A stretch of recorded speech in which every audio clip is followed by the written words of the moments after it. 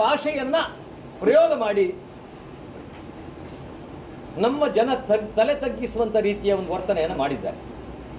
ಬಹುಶಃ ಅದು ನಿನ್ನೆ ಮೊನ್ನೆ ಆದದ್ದಲ್ಲ, ಆಗಿ ಕೆಲವು ದಿನಗಳಾಯಿತು. ಆದರೆ ನೀವು ಕೇಳಬಹುದು, ಇಷ್ಟು ದಿವಸ ಯಾಕೆ ನೀವು ಹೇಳಲಿಲ್ಲ ಅಂತ. ಪೂಜಾರಿಯವರಿಗೆ ಬೈದದ್ದು ಗೊತ್ತಿತ್ತು.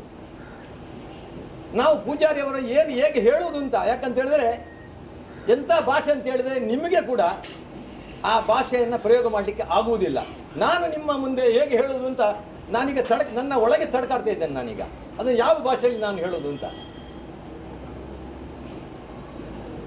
ಸುರತ್ಕಲ್ನ ರತ್ನ ಬೋರ್ವೆಲ್ನ ದನಿ ಮಾಲಕ, ಸುರತ್ಕಲ್ಲಿನ ರತ್ನ ಬೋರ್ವೆಲ್ನ ಮಾಲೀಕ ರಾಜೇಶ್, ಆಸ್ಕರ್ ಫೆರ್ನಾಂಡಿಸರ ಕಟ್ಟ ಅಭಿಮಾನಿ ಶಿಷ್ಯ ರಾಜೇಶ್ ಅವರ ಮದುವೆ ಸುರತ್ಕಲ್ನ ಬಂಟರ ಭವನದಲ್ಲಿ ನಡೆದಿತ್ತು.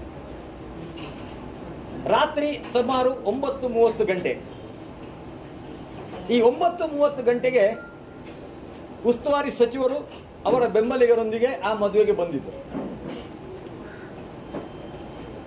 ದಂಪತಿಗಳಿಗೆ ವಿಶ್ ಮಾಡಿ ಕೆಳಗೆ ಬರುವಾಗ ನಮ್ಮ ಜಿಲ್ಲಾ ಯುವ ಕಾಂಗ್ರೆಸ್ನ ಮಾಜಿ ಅಧ್ಯಕ್ಷರು ಆಗಿರತಕ್ಕಂತಹ ಅರುಣ್ ಕೊಯ್ಯಲೋ ಮತ್ತು ರಾಜ್ಯ ಯುವ ಕಾಂಗ್ರೆಸ್ಸಿನ ಕಾರ್ಯದರ್ಶಿಯಾಗಿದ್ದ ತೇಜಸ್ವಿನಿ ರಾಜ್ ಇವರು ಕೂಡ ವಿಶ್ ಮಾಡಲಿಕ್ಕೆ ಬರ್ತಾ ಇದ್ರು.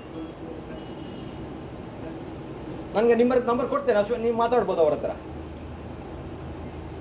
ಬಂದ ತಕ್ಷಣ, ಇವರನ್ನು ನೋಡಿದ ತಕ್ಷಣ ರಮಾನಾಥ್ರೆ ಆಕ್ರೋಶಗೊಂಡು ಅವರು ಫಸ್ಟಿಗೆ ಹೇಳಿದ್ದೇನಂತ ಹೇಳಿದ್ರೆ, ಅವರು ಹೇಳಿದ ಶಬ್ದಗಳನ್ನು ನಿಮ್ಮ ಮುಂದೆ ಹೇಳ್ತೇನೆ. ತುಳುವಿನಲ್ಲಿ ಹೇಳಿದರು, ಓಲುಲ್ಲೆಯ ನಿನ್ನ ಕೆ ಕಳ್ಳಿಗೆ, ಕುಡ್ಚೆಲೆ ಕಳ್ಳಿಗೆ, ತಾರ್ನಾ ಶೆಟ್ಟಿ ಓಲುಲ್ಲೆ ಅಂತ ಫಸ್ಟ್ ಶಬ್ದ.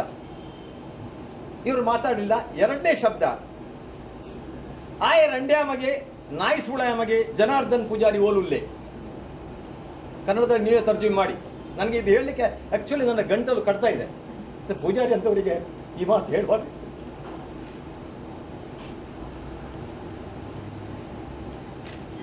ನಾಯಿ ಸುಳಾಮಗೆ ಜನಾರ್ದನ್ ಪೂಜಾರಿ ಜೀವೋಡು ಉಲ್ಲೆ ನಾವು ಸೈದೇನಾ ಆಯೆ ಬೆಂಗಳೂರಿಗೆ ಪೋಯಂಡ ಪಾಡಿಯರೆ ಕುರುಬೇರಿ ಕಾತೊಂದು ಉಲ್ಲೇದು. ಇದು ರಮಾನಾಥ್ರೆಗಳ ಬಾಯಲ್ಲಿ ಬಂದಂಥ ಒಂದು ಶಬ್ದ. ಸುಮಾರು 34 ವರ್ಷಗಳಿಂದ ನಾನು ಜನಾರ್ದನ್ ಪೂಜಾರಿ ಜೊತೆಯಲ್ಲಿದ್ದೇನೆ. ನನಗೆ ಪೂಜಾರಿ ಅವರು ಏನು ಮಾಡಿಲ್ಲ, ನಾನು ಏನೂ ಕೇಳಲಿಲ್ಲ. ಆದರೆ ನಿಮ್ಮ ಮುಖಾಂತರ ನಾನು ಕೇಳ್ತಾ ಇದ್ದೀನಿ, ರಮಾನಾಥ್ ರೈ MLA ಆದದ್ದು ಹೇಗೆ? ಈ ಪತ್ರಕರ್ತ ನಿಮ್ಗೆ ಯಾರಿಗೂ ಗೊತ್ತಿರಲಿಕ್ಕಿಲ್ಲ. 1981ರಲ್ಲಿ ರಮಾನಾಥ್ ರೈಗಳು ಕಲ್ಲಡ್ಕದ ಸ್ವಾತಂತ್ರ್ಯ ಹೋರಾಟಗಾರ ಸದಾನಂದ ಪೈಗಳ ಮುಖಾಂತರ ಜನಾರ್ದನ್ ಪೂಜಾರಿ ಅವರಿಗೆ ಕರ್ಕೊಂಡು ಬಂದು ಕಾಂಗ್ರೆಸ್ಸಿಗೆ ಸೇರಿಸಿದ್ದು 1981ರಲ್ಲಿ. ನಾನು ಸೇರಿದ್ದು 1982ರಲ್ಲಿ ಕಾಂಗ್ರೆಸ್ಸಿಗೆ. ಜನಾರ್ದನ್ ಪೂಜಾರಿ ಅವರು ಆಗ MP ಆಗಿದ್ದರು. 1982ರಲ್ಲಿ ಜನಾರ್ದನ್ ಪೂಜಾರಿ ಅವರು ಡೆಪ್ಯೂಟಿ ಫೈನಾನ್ಸ್ ಮಿನಿಸ್ಟರ್ ಆಗಿ ಇಂದಿರಾ ಗಾಂಧಿಯ ಸರ್ಕಾರದಲ್ಲಿ ಆದರು. ಅಲ್ಲಿಂದ ರಮಾನಾಥ್ ರೈ ಅವರು ಪೂಜಾರಿ ಜೊತೆಯಲ್ಲಿ ಇದ್ದರು. ದಿನಂಪ್ರತಿ ಪೂಜಾರಿಯವರ ಮನೆಗೆ ಬರ್ತಾ ಇದ್ರು. ಪೂಜಾರಿಯವರ ಥರ ವಿಷಯ ನಾವು ಗೊತ್ತು ಮಾಡಿ 1 ವಾರ ಆಯಿತು ಅಷ್ಟೇ ಈ ವಿಚಾರ. ಅವರು ಈ ಶಬ್ದಗಳನ್ನು ಕೇಳಿದ ನಂತರ ಆ ಮನುಷ್ಯ ನೊಂದುಕೊಂಡಿದ್ದರಿಂದ ನಾನು ಇನ್ನೂ ತಡ ಮಾಡೋದು ಬೇಡ. ಯಾಕೆಂತ ಹೇಳಿದ್ರೆ ಮನುಷ್ಯನ ತಾಳ್ಮೆಗೂ ಒಂದು ಇದೆ. ಯಾಕಂತ ಹೇಳಿದ್ರೆ ನಾನು ಯಾಕೆ ಹೇಳ್ತೇನೆ ಅಂತ ಹೇಳಿದ್ರೆ, ಅರುಣ್ ಕೊಯ್ಲೆ ಇರ್ಬೋದು, ಕಳ್ಳಿಗೆ ತಾರ್ನಾ ಶೆಟ್ಟಿ ಅವರು ಇರ್ಬೋದು, ವಿಜಯಕುಮಾರ್ ಶೆಟ್ಟಿ ಅವರು ಇರ್ಬೋದು, ಯಾರು ಜನಾರ್ದನ್ ಪೂಜಾರಿ ಒಟ್ಟಿಗೆ ಇದ್ದಾರೋ ಅವರನ್ನು ಕಣ್ಣು ಅರಳಿಸಿ ನೋಡೋದು, ನಿಕ್ಲಂಡು ಬುಡ್ಪೂಜಿ ಅಂತ ಹೇಳೋದು. ಈಗ ಇದು ಕೂಡ ಅಲ್ಲಿ ಹೇಳಿದ್ರು, ಬಾರಿ ಪ್ರೆಸಿಡೆಂಟ್ ಕುಲ್ಲೂರತ್ತ ತೂಪ ನಿಕ್ಲೇನ್.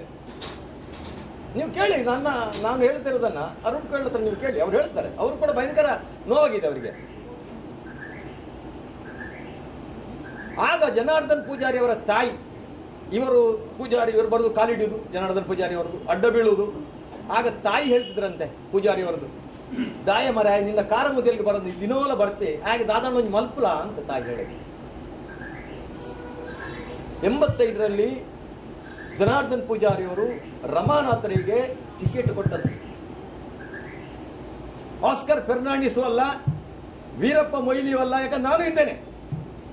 ವೀರಪ್ಪ ಮೊಯ್ಲಿಯೂ ಅಲ್ಲ. ಇಂದಿರಾ ಗಾಂಧಿಯ ಪರಿಚಯ ಇತ್ತ ರಮಾನಾಥರಿಗೆ? ರಾಜೀವ್ ಗಾಂಧಿಯವರ ಪರಿಚಯ ಇತ್ತ? ಯಾರ ಪರಿಚಯ ಇತ್ತು ರಮಾನಾಥರಿಗೆ?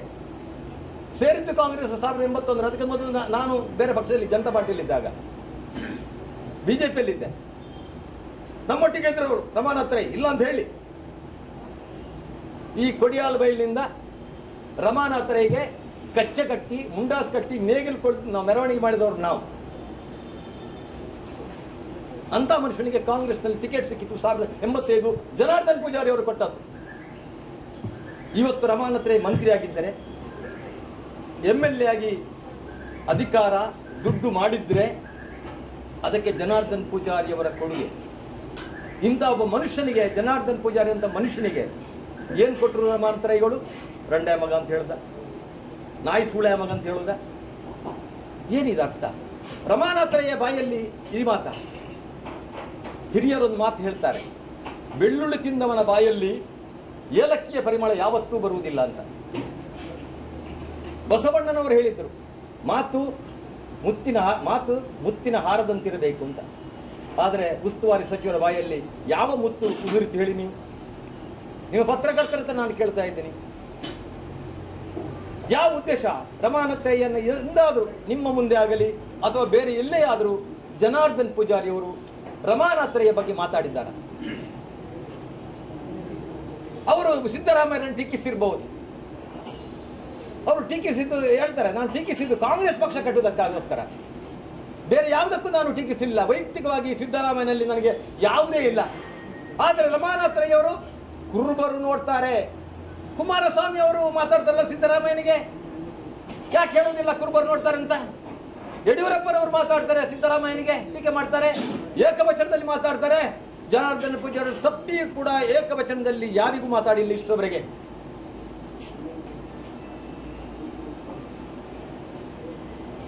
ಜನಾರ್ದನ್ ಪೂಜಾರಿಯವರನ್ನ 26/1/2014 ಇಸ್ವಿ ಉದಯವಾಣಿಯಲ್ಲಿ ಜನಾರ್ದನ್ ಪೂಜಾರಿ ಯಾರು ಅಂತ ಒಂದು ಲೇಖನ ಪ್ರಕಟವಾಗಿತ್ತು. 26/1/2014 ನೋಡಿ. ಅದರಲ್ಲಿ, ಯಾಕಂದ್ರೆ ಇದು ನಿಮ್ಗೆ ಗೊತ್ತಿರಬೇಕು, ಜನಾರ್ದನ್ ಪೂಜಾರಿ ಅವರಿಗೆ ರಮಾನಾಥರಿಗೆ ಗೊತ್ತಿರಲಿದೆ ಇರ್ಬೋದು ಪೂಜಾರಿ ಯಾರು ಅಂತ. ಆದರೆ ಪ್ರಾಮಾಣಿಕತೆ, ನಿಷ್ಠೆ, ಶುದ್ಧ ಹಸ್ತ, ಕಠಿಣ ದುಡಿಮೆಯ ಪೂಜಾರಿ ಅಂತ 10 ಜನ ನಮ್ಮ ಪಕ್ಷದಲ್ಲಿದ್ದರೆ ಪಕ್ಷಕ್ಕೆ ಸಾವಿಲ್ಲ ಅಂತ ಹೇಳಿದವರು ಶ್ರೀಮತಿ ಇಂದಿರಾ ಗಾಂಧಿ ಅವರು. ಇದು ಉದಯವಾಣಿಯಲ್ಲಿ 26/1/2014 ಪ್ರಕಟವಾದಂಥ ಒಂದು ಇದನ್ನು ನಾನು ನಿಮ್ಗೆ ಹೇಳ್ತಾ ಇದ್ದೇನೆ.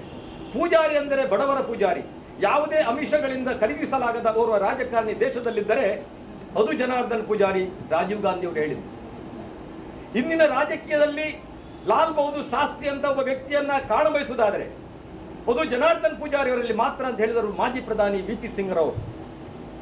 ಪೂಜಾರಿ ಓರ್ವ ಅಪ್ಪಟ ಶುದ್ಧ ಹಸ್ತದ ಸಂಸದ, ಪ್ರಾಮಾಣಿಕ ರಾಜಕಾರಣಿ, ನಿಷ್ಠಾವಂತ ಜನಸೇವಕ, ಇದರಲ್ಲಿ 2 ಮಾತಿಲ್ಲ. ಇದನ್ನು ಹೇಳಿದರು ಅಟಲ್ ಬಿಹಾರಿ ವಾಜಪೇಯಿ. ನನ್ನನ್ನು ಮಿಸ್ಟರ್ ಕ್ಲೀನ್ ಅಂತ ಹೇಳುತ್ತಾರೆ, ಆದರೆ ನನಗಿಂತಲೂ Mister Clean Janardhan Poojary, AK Antony. ಇದರ ಫೋಟೋ ಕಾಪಿ ನನ್ನಲ್ಲಿದೆ, ಇದನ್ನು ನಾನು ಬರ್ಕೊಂಡಿದ್ದೇನೆ. ಇದು ಉದಯವಾಣಿಯಲ್ಲಿ 26/1/2014. ಇಂಥ ಜನಾರ್ದನ್ ಪೂಜಾರಿ ಅವರನ್ನ ಒಬ್ಬ ರಮಾನಾಥ್ ರೈ ಈ ಭಾಷೆಯನ್ನು ಪ್ರಯೋಗ ಮಾಡದಿದ್ರೆ ಕಾಂಗ್ರೆಸ್ಸಿಗೆ ನಿಜಕ್ಕೂ ಒಂದು ಸಂಸ್ಕೃತಿ ಉಳ್ಳ ದೇಶ, 134 ವರ್ಷಗಳ ಇತಿಹಾಸ ಇರತಕ್ಕಂಥ ಕಾಂಗ್ರೆಸ್ ಹೌದು ಅಂತಾದರೆ, ಒಂದು ಸಂಸ್ಕೃತಿ ಉಳ್ಳಂತ ಈ ದೇಶದ ಮಣ್ಣಿನ ಸಂಸ್ಕೃತಿ ಕಾಂಗ್ರೆಸ್ಗೆ ಗೊತ್ತಿದ್ದರೆ ರಮಾನಾಥ್ ರೈ ಇವತ್ತಿನಿಂದಲೇ ಉಚ್ಚಾಟನೆ ಮಾಡಬೇಕು. ಕಾಂಗ್ರೆಸ್ನಿಂದ ಅವರ ಮಂತ್ರಗಿರಿಯನ್ನು ತೆಗಿಬೇಕು. ಅವರನ್ನ ಈ ಜಿಲ್ಲೆಯ ಜನತೆ ಖಂಡಿಸಬೇಕು. ಏನ್ ಬೇಕಾದ್ರೂ ಟೀಕೆ ಮಾಡಲಿ ನಾನು ಹೇಳೋದಿಲ್ಲ. ಯಾರು ಟೀಕೆ ಮಾಡಬಹುದು ಡೆಮೋಕ್ರಸಿಯಲ್ಲಿ.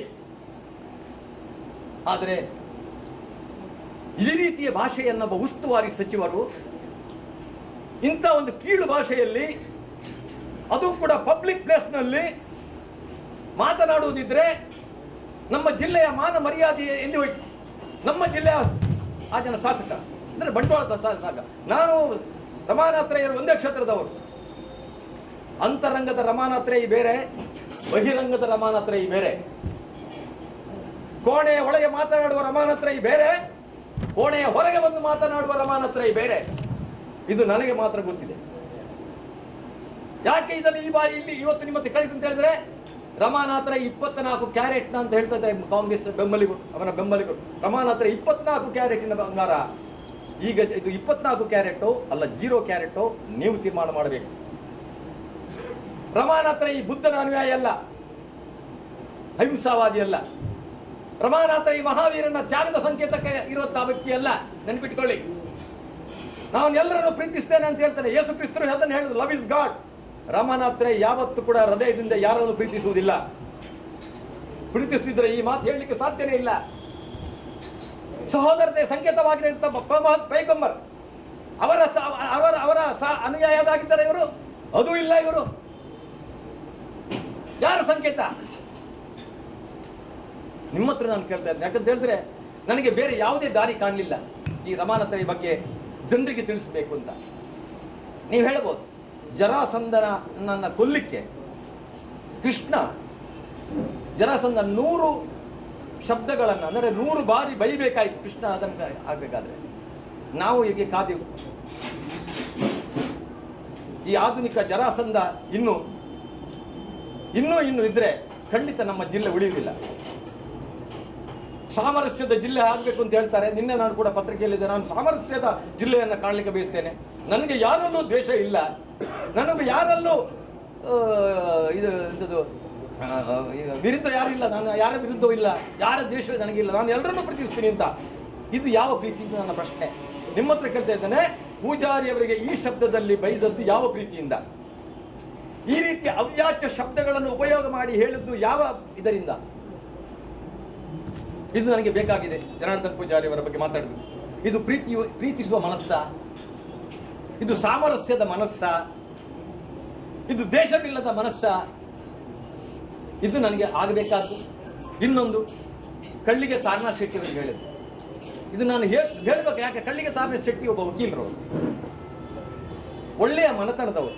ಹೇಗೆ ರಮಾನಾಥರ ಈ ಬೆಳ್ಳಿಪಾಡಿಯ ಒಂದು ಉತ್ತಮ ಪ್ರತಿಷ್ಠಾ ಇಲ್ಲದ ಬಂಟ ಸಮುದಾಯದ ಸದಸ್ಯರು, ಹಾಗೆ ರಮಾನಾಥ ಅವರು ಕಳ್ಳಿಗೆ ತಾರನಾಥ್ ಶೆಟ್ಟಿ ಅವರು ಕೂಡ ಒಂದು ಕಳ್ಳಿಗೆ ಮತದಾನದ ಒಂದು ಪ್ರತಿಷ್ಠೆಯ ಮತದಾರರು. ಖ್ಯಾತ ಸಾಹಿತಿ ಕಯ್ಯಾರ ಕಿಂಜಣ್ಣರ ಇವರ ಮಗಳ ಗಂಡವರು, ಅಳಿಯ. ಅವರೆಂದೂ ಕೂಡ ಕುಡಿದು ಎಲ್ಲಿಯೂ ಗಲಾಟೆ ಮಾಡಿಲ್ಲ, ನನಗೆ ಗೊತ್ತಿಲ್ಲ. ಕಳ್ಳಿಗೆ ಇರೋದ ಕೇಳಿ ಹೇಳ್ತಾರೆ, ರಮಾನಾಥರೇ ಇವರು ಕುಡ್ದದ್ದೇ ಇಲ್ವ ಅಂತ. ಬಂಡ್ಸೋಸ್ನಲ್ಲಿ ಏನು ಮಾಡ್ತಿದ್ರು ಅವರು ಕಾಲೇಜ್ ಕಲಿಯುವಂತ ಅವರೇ ಕೇಳಿದ್ರೆ ಹೇಳ್ತಾರೆ, ಕಳ್ಳಿಗೆ ನಾನು ಕುಡ್ದದ್ದು ಯಾರು ಕುಡ್ದದ್ದು ಅಂತ. ನನಗೆ ಪಕ್ಕ ಆಯ್ತು. ಎಲ್ಲಿಯಾದರೂ ಗಲಾಟೆ ಮಾಡಿದ್ದಿದೆಯೋ? ಕುಶಾಲನಗರದಲ್ಲಿ ಹೋಟೆಲ್ನಲ್ಲಿ ಕುಡಿದು ಗಲಾಟೆ ಮಾಡಿದ್ದು ಯಾರು? ನಿಮ್ಮ ದೃಶ್ಯ ಮಾಧ್ಯಮದಲ್ಲಿ ಬಂದಿತ್ತಲ್ಲ. ಯಾರು ಗೂಸಾ ಕೊಟ್ಟದ್ದು? ಯಾರಿಗೆ ಗೂಸಾ ಕೊಟ್ಟದ್ದು? ಯಾರು ಪೊಲೀಸ್ನವರು ಹಿಡ್ಕೊಂಡು ಕೂರ್ಗು ಜಿಲ್ಲೆಯನ್ನು ದಾಟಿಸಿ ಬಿಟ್ಟವರು? ಯಾರನ್ನು? ಯಾರು ಟಿವಿಯಲ್ಲಿ ಹುಡುಗಿಯರ ನಡುವೆ ಚಡ್ಡಿ ಹಿಡ್ಕೊಂಡು ಫೋಟೋ ತೆಗೆದದ್ದು ಯಾರು? ಕಳ್ಳಿಗೆ ತಾರನಾಥ್ ಶೆಟ್ಟಿಯವರ ಅಲ್ಲ ವಿಜಯಕುಮಾರ್ ಶೆಟ್ಟಿಯವರ? ಯಾರು? ಅಥವಾ ಹರಿಕೃಷ್ಣ ಬಂಟ್ವಾಳರ? ಯಾರು? ನನಗೆ ಇದು ಬೇಕಾದ್ದು. ಗಾಜಿನ ಮನೆಯಲ್ಲಿ ಕೂತು ಕಲ್ಲು ಬಿಸಾಡುವಂತಹ ಜನ ಆಗಬಾರ್ದು ಯಾವತ್ತೂ ಕೂಡ. ನಮ್ಮಲ್ಲಿ ಒಳ್ಳೆತನ ಬೇಕು, ಒಳ್ಳೆತನ ಬೇಕು.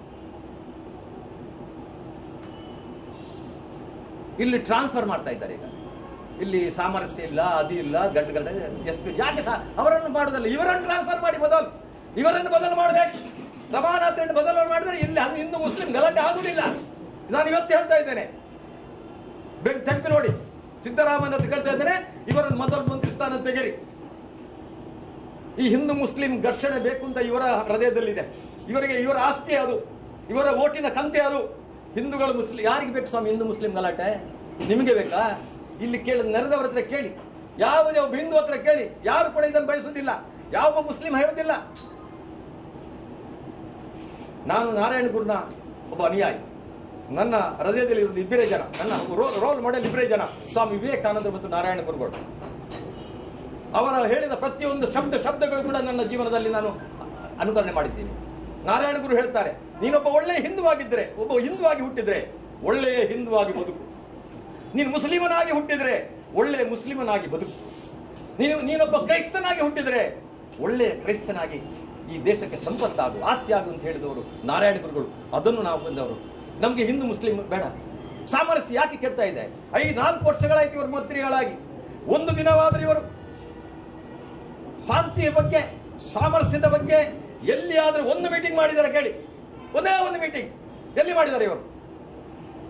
ಈ ಜಿಲ್ಲೆಯಲ್ಲಿ ಹಿಂದೂ ಧರ್ಮಗುರುಗಳಿದ್ದಾರೆ, ಮುಸ್ಲಿಂ ಧರ್ಮಗುರುಗಳಿದ್ದಾರೆ, ಕ್ರೈಸ್ತ ಧರ್ಮಗುರುಗಳಿದ್ದಾರೆ. ಇವರಲ್ಲಿ ನಿಜಕ್ಕೂ ಅಂತ ಭಾವನೆ ಇದ್ದರೆ ಈ ಜಿಲ್ಲೆ ಸಾಮರಸ್ಯದ ನಾಡಾಗಬೇಕು, ಇಲ್ಲಿ ಯಾವುದೇ ಗದ್ದಲಗಳು ಆಗಬಾರದಿದ್ದರೆ ಎಲ್ಲ ಧರ್ಮಗಳ ಗುರುಗಳ ಬಳಿಗೆ ಹೋಗಿ,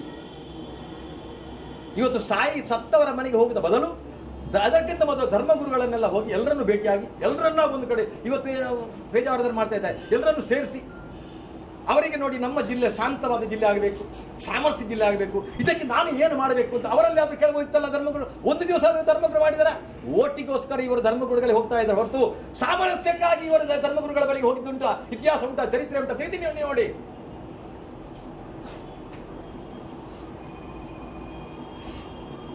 ಅದಕ್ಕೆ ನಾನು ಕೇಳೋದು, ನೀವು SP ಟ್ರಾನ್ಸ್ಫರ್ ಮಾಡಲಿಕ್ಕೆ ಹೋಗಬೇಡಿ ಸಿದ್ದರಾಮಯ್ಯವರೇ, ಅದರಿಂದ ಘರ್ಷಣೆ ನಿಲ್ಲುವುದಿಲ್ಲ. ಇನ್ಸ್ಪೆಕ್ಟರ್ನನ್ನ ನೀವು ಟ್ರಾನ್ಸ್ಫರ್ ಮಾಡಿದರೆ, ಬದಲಾವಣೆ ಮಾಡಿದರೆ ಇಲ್ಲಿ ಸಾಮರಸ್ಯ ಆಗುವುದಿಲ್ಲ. ಪೊಲೀಸ್ನವರು ಟ್ರಾನ್ಸ್ಫರ್ ಮಾಡಿದರೆ ನಿಮಗೆ ಸಾಮರಸ್ಯ ಆಗುವುದಿಲ್ಲ. ಇಲ್ಲಿ ಒಂದೇ ಒಂದು ಸಾಮರಸ್ಯ ಉಳಿಬೇಕು ಅಂತಿದ್ರೆ, ನಿಜಕ್ಕೂ ಹಿಂದೂ ಮುಸ್ಲಿಮರ ಅಣ್ಣ ತಮ್ಮಂದಿರಾಗಿ ಬದುಕಬೇಕು ಅಂತಿದ್ರೆ ಮೊದಲು ನೀವು ಬದಲಾವಣೆ ಮಾಡಬೇಕಾದ್ರೂ ರಮಾನಾತ್ರಯನ್ನ. ಇನ್ನು ಇಲ್ಲಿ ಇದ್ರೆ ಖಂಡಿತ ಇದು ಒಳ್ಳೇದಾಗುವುದಿಲ್ಲ. ನೋಡಬೇಕಾದ್ರೆ ನೀವು ಬರೆದು ಕೊಡ್ತೇನೆ ನಾನು, ಯಾರು ಕುಮ್ಮಕ್ಕು ಕೊಡೋದು?